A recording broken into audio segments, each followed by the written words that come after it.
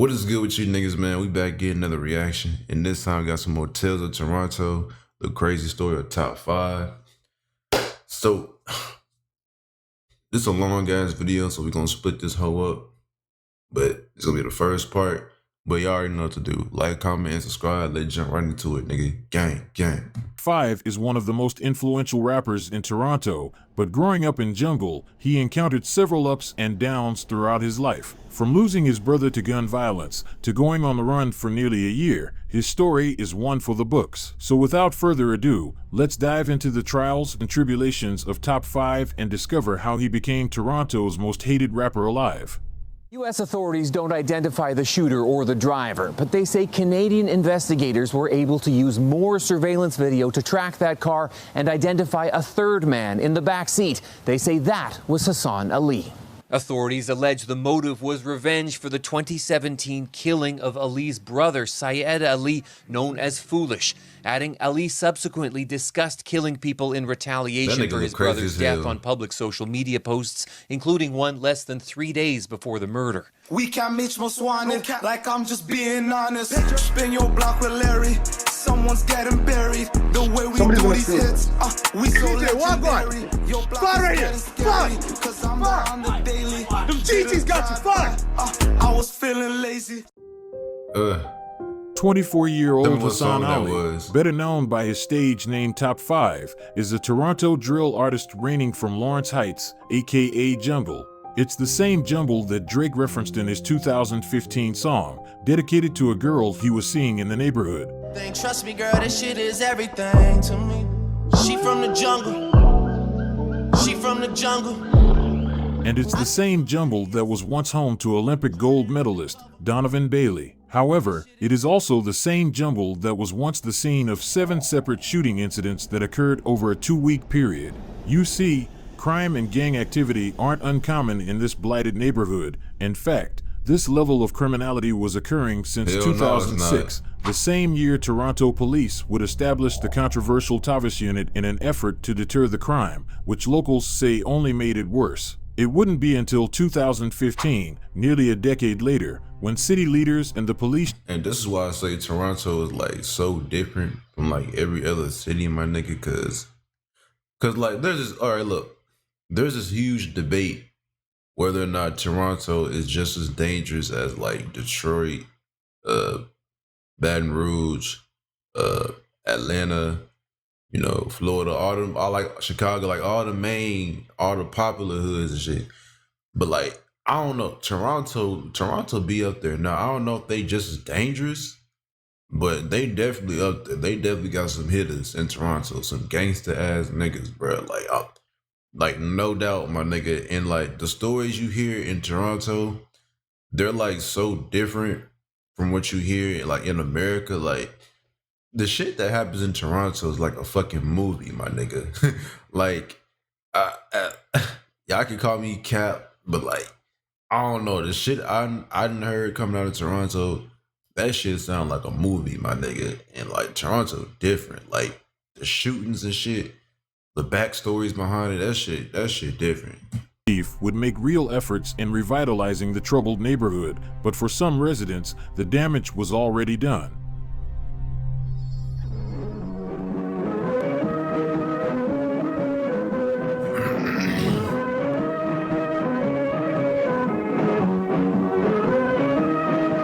Originally from Somalia, Top 5's parents immigrated to Jungle, specifically Varna Drive, before the infamous 12-year-long Somali rebellion could begin. By the year 2000, his mother would have given birth to 10 children, 4 of them being boys. The oldest was Yusuf, aka Rhino. Next up was Saeed, aka Foolish. Then came Ahmed. Then the youngest of the bunch, Top 5, was born.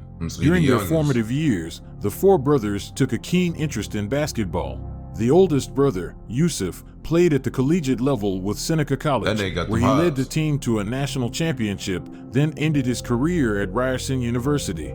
Saeed was a hooper as well, but he didn't play with as much intensity and was more of a class clown, hence the nickname Foolish. Top 5 was also a decent baller. Despite standing at 5 feet 5 inches, his ball skills are what earned him the moniker Top 5, because he was top 5 within his age group.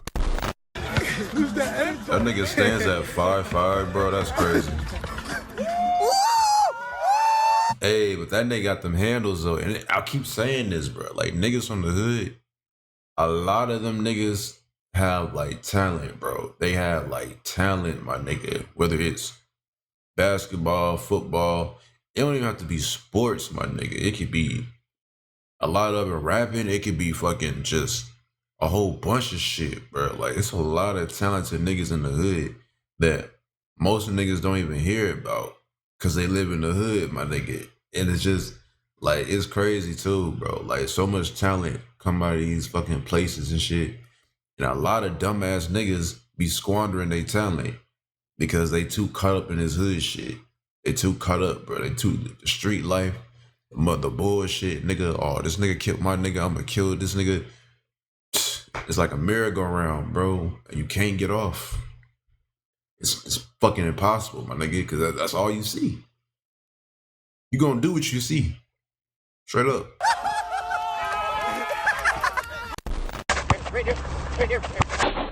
That nigga threw that shit behind his back, bro. When it came to pure skill, however, Ahmed was a different story. For those who were keeping up with Toronto's high school basketball scene during 2015, some may recognize him as the kid that dropped 103 points in a single game. Hoop dreams are coming true in Toronto after a high school basketball player hit rare air. Point guard Ahmed Ali led his team to victory this week, becoming just the second Canadian player ever to score more than 100 points in a game. How did you do this? You had 30 points after the first quarter, 48 at the half.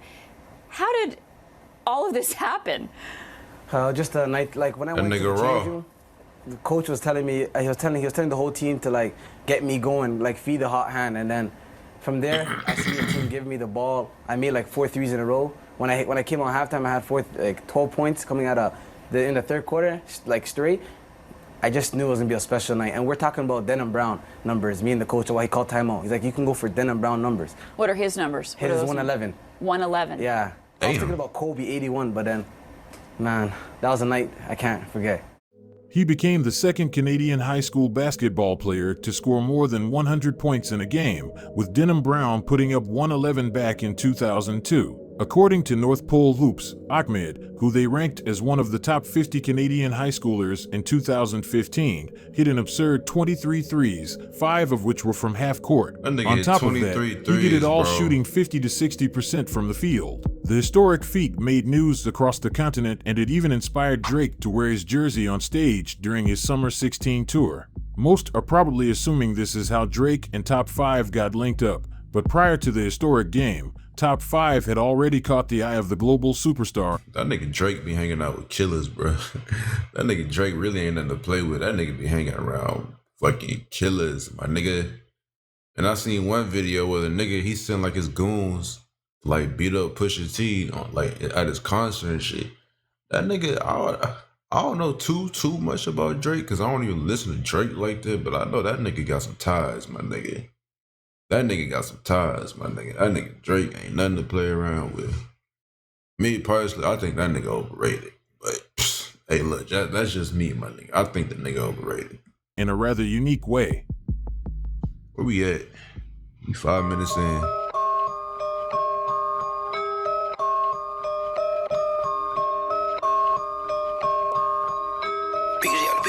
I came in 30 deep. It all started in 2013 at the end of the first annual OVO Bounce tournament when former NBA player Brandon Jennings took his shirt off. Top 5 was in the crowd and went to take a pic with Jennings, but he decided to take his shirt off as well, resulting in this iconic photo op that would go viral. In an interview with former Vice News reporter Slava Patsuk, Top 5 was quoted saying, "We posted that pic, and since that day, it's been #ShirtOffShotty." The Shirt Off Shotty era was an iconic moment in Toronto's history as over the course of I'll be back. next 2 years, Top 5 would continue the shirtless trend with other celebs, including Drake, who he managed to build a rapport with pretty quickly. We take our shirt off anymore. Squad, man. Damn, that nigga short. Oh, them one's killer. Just by taking his shirt off and photobombing celebrities, Top 5 managed to gain a couple thousand followers on Instagram, and by the summer of 2014, he would begin to capitalize on his newfound fame. I said, sure, I'll shot him. I said, sure, I'll shot him. August 12, 2014, Top 5 released his debut single, Shirt Off Shawty. The now deleted video rose to roughly 2,000 views in the first few days until it burnt out to only a few daily visits. With it being Top 5's debut and how small Toronto's underground rap scene was at the time, these numbers shouldn't be a surprise to anyone. But 4 months later, on December 12th, Drake would post one picture to his Instagram account, ultimately changing the trajectory of the video's success overnight. And that's the crazy thing about this shit, bro. Niggas will put in their blood, sweat, and tears into like a music video or like making a song, right? And that shit will not get any fucking views, barely any views, barely any traction, my nigga, until somebody bigger like Drake finds it, listens to it. Oh, say this shit hard. I like this shit. You know, I'm a post shit to my motherfucking my social media. Then the post goes viral, and then that's when they shit blow up because it blew up off of somebody else's recognition. That shit crazy, bro. But hey, it boosted his career. It boosted his fame. But like, damn, that would make a nigga feel like I did not do this shit like on my I did not like. It didn't come naturally, bro. Like it had to, somebody else bigger than me had to fucking pretty much boost up my career, and I feel like I didn't like work for it. That made me feel some type of, I ain't gonna lie, dog. I ain't gonna lie. This low-quality flick, captioned back in the 6, word to Top 5, shows Drake watching Top 5's debut song. The picture hit 50,000 likes in less than 24 hours, while the music video's view count broke 40,000 the next day. Now, what I think makes Top 5 stand out from the rest of Toronto's rap scene is his business mindset. I'm sure we all can think of a couple artists who had their little one-hit wonder and fell off the face of the planet the next day. And I'm sure we can also think of a couple people who got put on by the biggest artists in the world, such as Drake, and still dropped the ball. Well, Top 5 was in a unique situation. At just 16 years old, he had both a viral song and the attention of the biggest artist in the world. Being a kid raised in jungle, with little to no experience in the music industry, I'm sure most thought Top 5 was just another kid getting his 15 minutes of fame, but little did they know, he had a blueprint ready. Yup.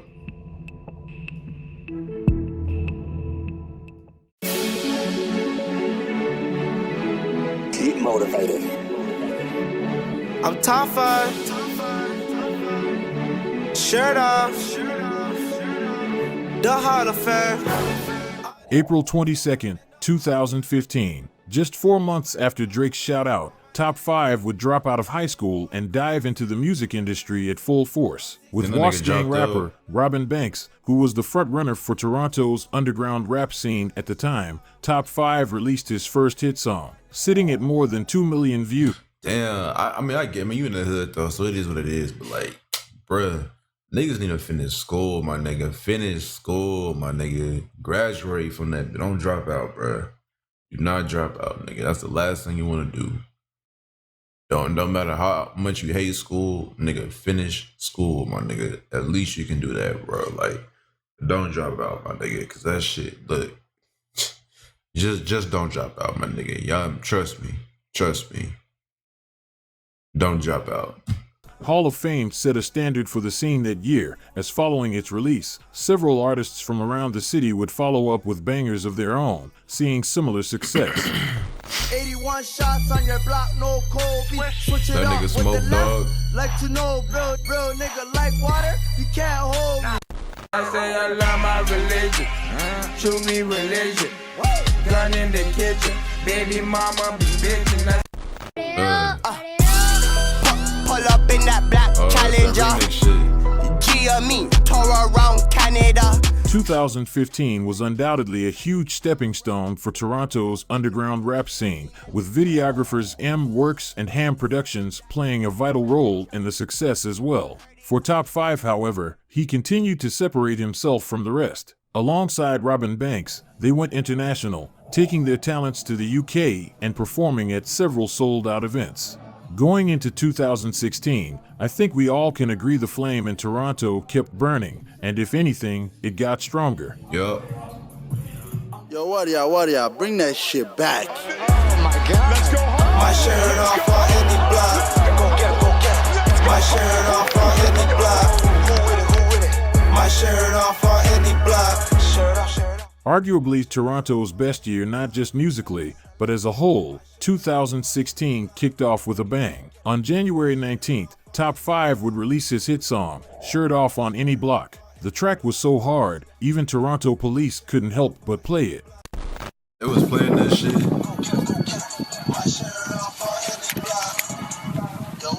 You got the police playing that shit. What the fuck? That shit weird. You got the fucking police playing that shit, nigga. Hey, look, that's how you know your shit banging. That's how you know your shit hot, nigga. You got police listening to your shit. That's how you know you that nigga, bro. That's how you know you going up. You got the police listening to your shit. I don't know any other rapper that the police music that the police listen. That's new for me. That's crazy. 3 months later, Drake released his highly anticipated album, Views, with songs like One Dance, Controller, and Hotline Bling. The Grammy-nominated album delivered countless summer classics, including this gem of a bar. For an album that sold more than 1 million units in its first week, the cosign was huge, but in usual Top 5 fashion, he capitalized on the moment and went on interviews with major networks like Noisy and MTV, where he allowed fans to get a more personal look at his life. I'm not a Toronto-based artist, I'm a jungle-based artist. Come from a jungle, we had nothing, so we turned nothing to something. Toronto, a lot of guys have the same sound. Jungle, we have our own sound. No one in the game sounds like Top 5. Keep it real right now. This is Born to Drive right now. Talk about it every day. We had Drake here live in the summer. Since meeting Drake, I've been getting a lot of girls to take the shirt off of me. Started rapping, I didn't know I was gonna blow up. A couple more songs, I'll have a house in Brattle Path. That's my goal. Have a house in Brattle Path, get my mom out the hood, and get my family out the hood. What's up? At this point, things were only going up for Top 5. He was breaking barriers most of the scene were afraid to get close to, but as we all know, when it comes to the Tales of Toronto series, things tend to get out of hand real fast. Yup. Right now, why the fuck you somewhere, dog? Stay outside, my stay outside right now. Get the fuck outside. Get your ass booming on. Get the fuck out, boy. The fuck? Who's you fucking pointing at? I'll boom on you right now. This artist Top 5. Do you I know ain't who gonna fucking fuck you talk to. Acting like you Drake ass. Off the street, you bum ass. Wear flip flops, looking motherfucker. Stuff you right now. Yo, go get the burner, bro. You say go get the burner, nigga. Sometime around the start of summer 2017, a video would be posted to Instagram showing 2 men harassing Top 5 at a subway, although 5 can be heard saying his famous quote, Yo, go get the burner, bro. "Nobody was hurt." However, Top 5's troubles that year were just beginning. A man in his 20s was shot to death last night near Dufferin and Lawrence from... And niggas be bro, niggas ain't shit. Niggas ain't shit, bro. They always trying to fuck with a nigga, especially if you are famous, and they always trying to fuck with you, bro. They always trying to get somebody, you get some type of reaction out of you. They always trying to do something, bro. Niggas cannot stand to see other niggas succeed, bro. They want to bring you down because they feel they incompetent, my nigga. They see you up, they want to bring you down to make themselves feel better. They got low self-esteem, my nigga. This shit crazy, dog. Let's go live now to CB24's Christina Tenalia. Christina, what's the latest here? Well, the latest is we've learned the identity of the victim from police, Nick. He has been identified as 22-year-old Syed Ali of Toronto. His body over here this morning, sadly, right here on Via Bagnato and Lawrence Avenue West. This whole area littered with shell casings, including this blue car right across the street here. So there may have been a chase. There may have been some kind of altercation between the victim and his attacker or attackers. Police cannot confirm yet. They do say, though, they believe that Mr. Ali and his attacker or attackers exchanged some words. Now, man. Late on July 30th of that same year, Top 5's brother Foolish would go out to get some drinks and snacks at a plaza in the Jungle neighborhood with a couple friends. Towards midnight, They would all go their separate ways, with Foolish making his way across a Shoppers Drug Mart parking lot. As he was walking, a gunman in a car pulled up beside him and unloaded a flurry of shots in his direction. Foolish was struck once in the thigh, puncturing an artery. He remained on the ground, bleeding out for an extended period of time until a passerby noticed him. He called the paramedics, but by the time they arrived, he had already succumbed to his injuries. His murder is unsolved to this day. Foolish was a loved member of the jungle community, and although he didn't engage in any sort of gang activity, he often associated with a violent gang in the area known as the Jungle Bloods, which may have... And that's how it be too, bro. Even by association, you can get fucking killed, my nigga, just because you associated with them niggas. You don't have to be in the streets shooting niggas, and you don't have to be doing all that. You can just be associated with the shit, and they gonna get your ass, bro.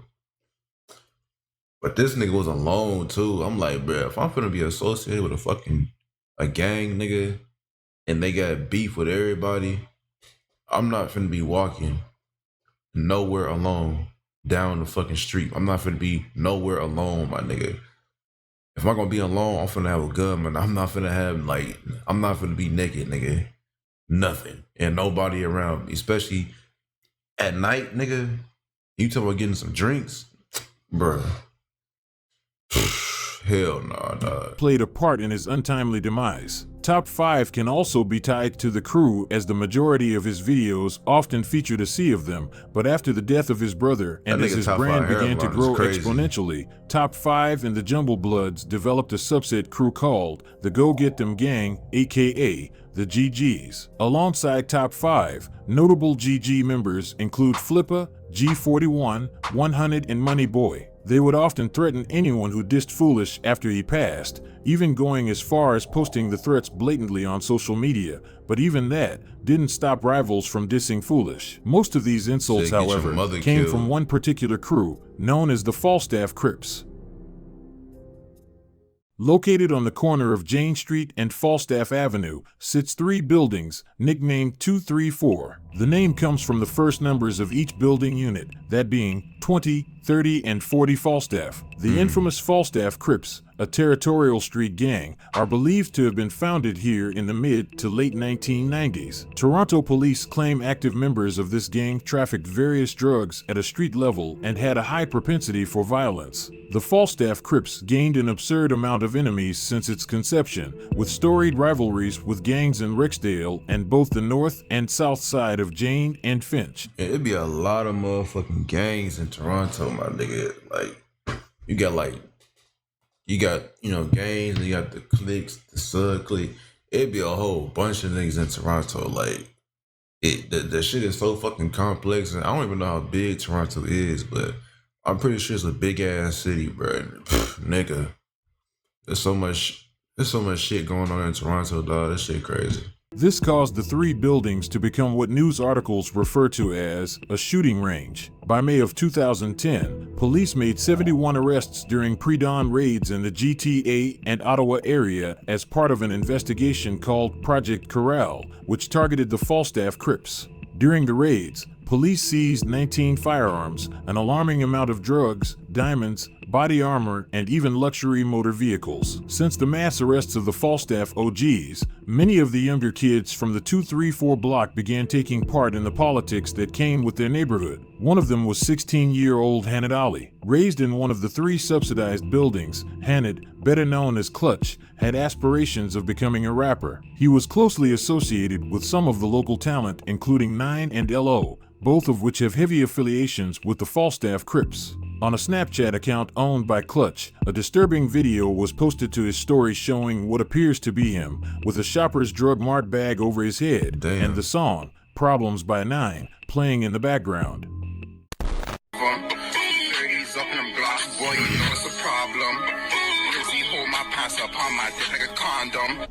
It's been like 30 minutes of fuck, finally caught. Headshots kill. This was a direct diss towards Foolish, who, as you all remember, was shot in a Shoppers Drug Mart parking lot. It is unknown when the video was released, but what is known is that Clutch's lapse in judgment would prove to be fatal. The people killed my son. To really get in with you. You need someone. They don't have to hide themselves. They has to come out, you know? You can see the pain in the eyes, bro. Like, this shit, like, when you talk to or, like, hear a person who lost, like, they kid and shit, it's just, like, their spirit is broken. Like, it's not even there. Like, their soul is just gone. It's just them talking. There's no emotion. Sometimes there is, but it's like, they just destroyed, bro. Mentally, just broken, my nigga. That shit, like, sad as hell. Cause like I know, like in Chicago, like the Duck, Mama Duck, she lost like she lost like 5 kids, my nigga.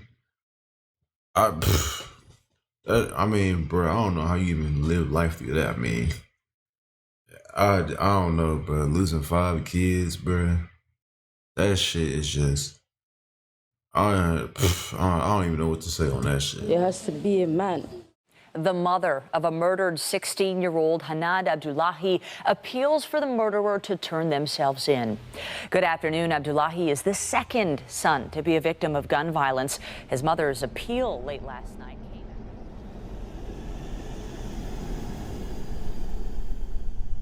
August 1st, 2019. After spending the day playing video games with a friend, Clutch would make his way back to his apartment at 30 Falstaff. As he made his way up the staircase of the building, one vehicle carrying 3 gunmen would pull up, make their way to the staircase Clutch was walking up, and fired 10 shots at him. The gunman would take off immediately, while it would take nearly 30 minutes for a 911 call to be made. By the time paramedics would arrive, Clutch had already passed. His murder is unsolved to this day. Now most are probably assuming Top 5 and the GGs went straight to dissing Clutch, but they didn't, because 1 month prior to the incident, Top 5 led officers on a car chase across jungle after he was caught driving erratically. It ended with him escaping after a brief foot chase, but a warrant was placed for his arrest and he was subsequently captured and charged with several offenses, including 2 counts of dangerous operation of a vehicle. He remained inactive for nearly 4 months after his arrest until November 23rd,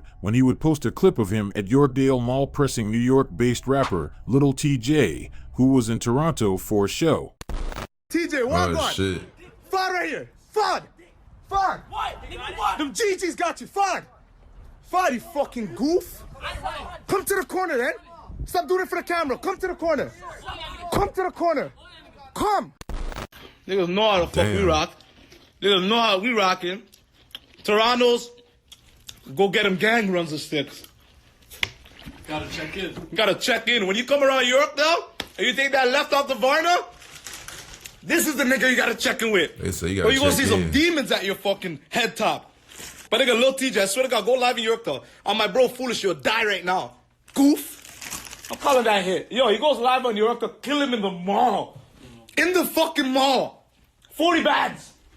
No, $300. He's not worth it. He's an op pack. He's Bush. That nigga crazy. You know what? Let's play this game right now. Lil TJ is gangster, right? Go live on this. Go Insta live in York the Mall. You're dying.